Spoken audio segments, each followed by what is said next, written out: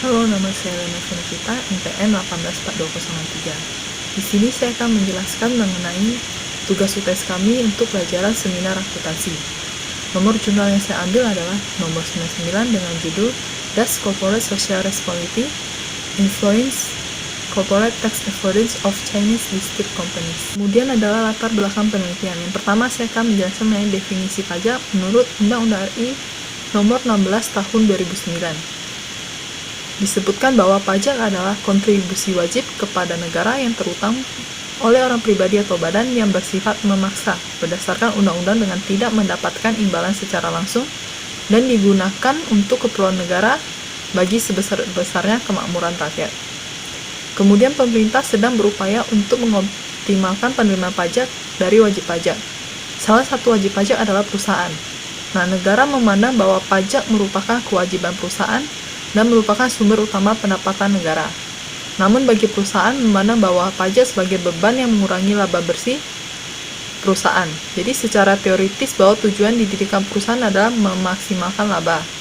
Hal ini menjadikan perusahaan cenderung mencari cara untuk mengurangi jumlah pembayaran baik secara legal maupun ilegal.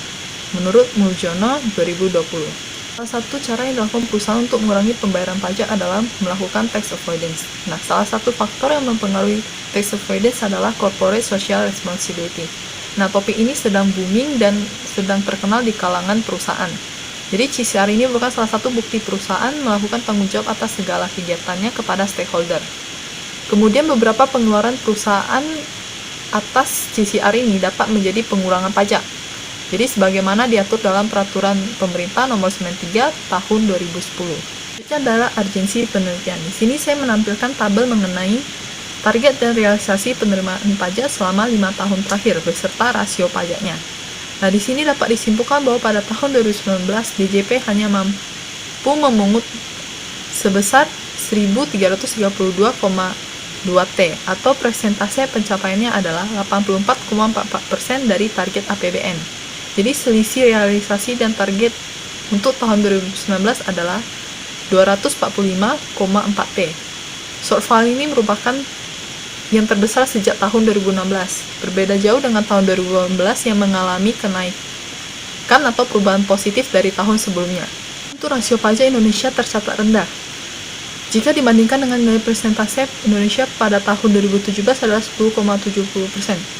Sedangkan untuk nilai rata-rata seluruh negara adalah 15-16%. Jadi tidak tercapainya target penerimaan pajak dan semakin menurunnya rasio pajak dapat dijadikan sebagai indikator terjadinya konflik kepentingan antara perusahaan dan pembayar pajak, yaitu untuk memastikan keuntungan dengan biaya pajak yang rendah. Sebaliknya, pemerintah sebagai penerima menginginkan pembayaran pajak yang tinggi.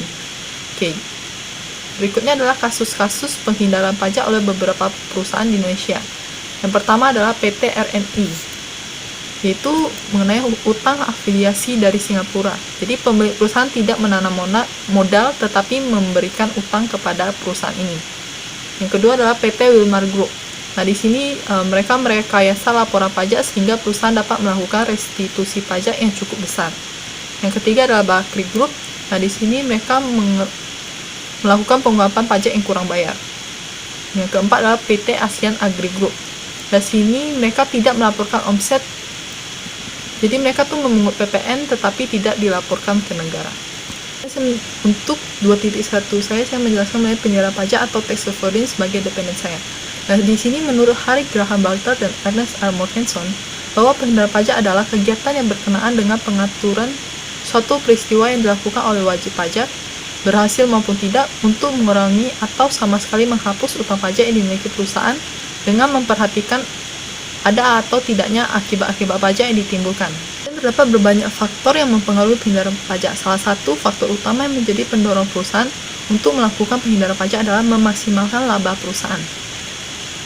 Karena pajak dianggap sebagai beban utama perusahaan, jadi mengurangi beban ini akan menyebabkan peningkatan laba yang substansial. Kemudian pengungkapan CSR ini dianggap sebagai suatu cara untuk mengefisienkan beban pajak serta menjadi salah satu faktor penting dalam keberlangsungan dan kesuksesan suatu perusahaan. Jadi karena CSR ini dapat membangun kepercayaan para stakeholder dan masyarakat menurut Lanis dan Richardson 2011.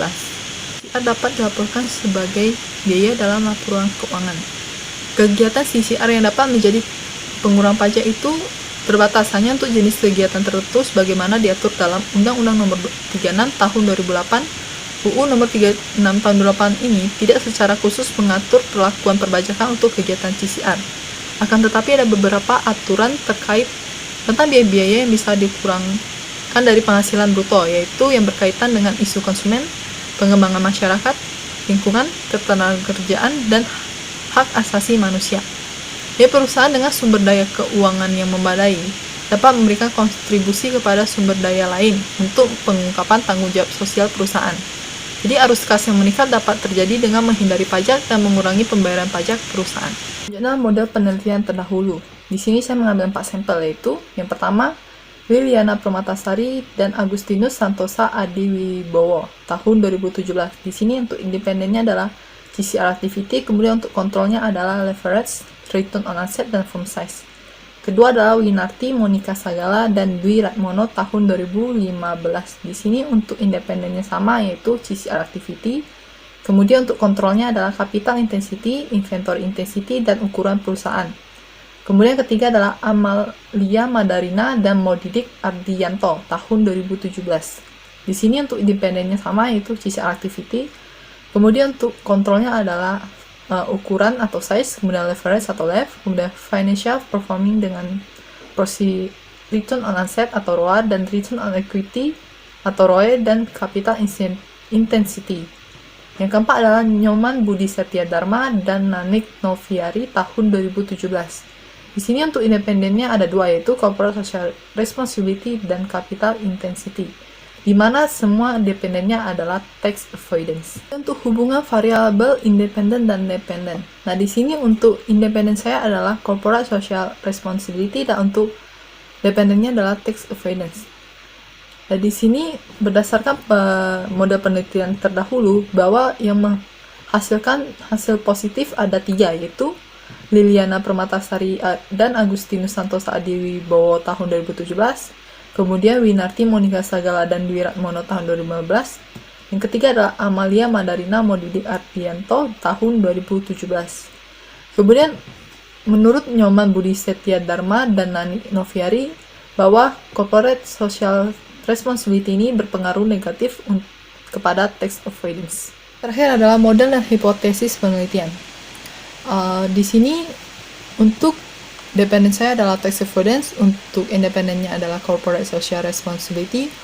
Untuk kontrol variabelnya ada 7, yaitu return on asset, capital struktur atau leverage, firm size, net cash from operating activity, dan property equipment, tangible asset, dan sales growth rate.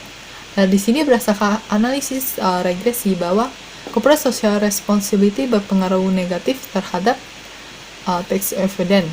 Kemudian untuk return on asset berpengaruh negatif terhadap tax avoidance, karena bahwa ketika profitabilitas perusahaan meningkat, maka beban pajak berkurang.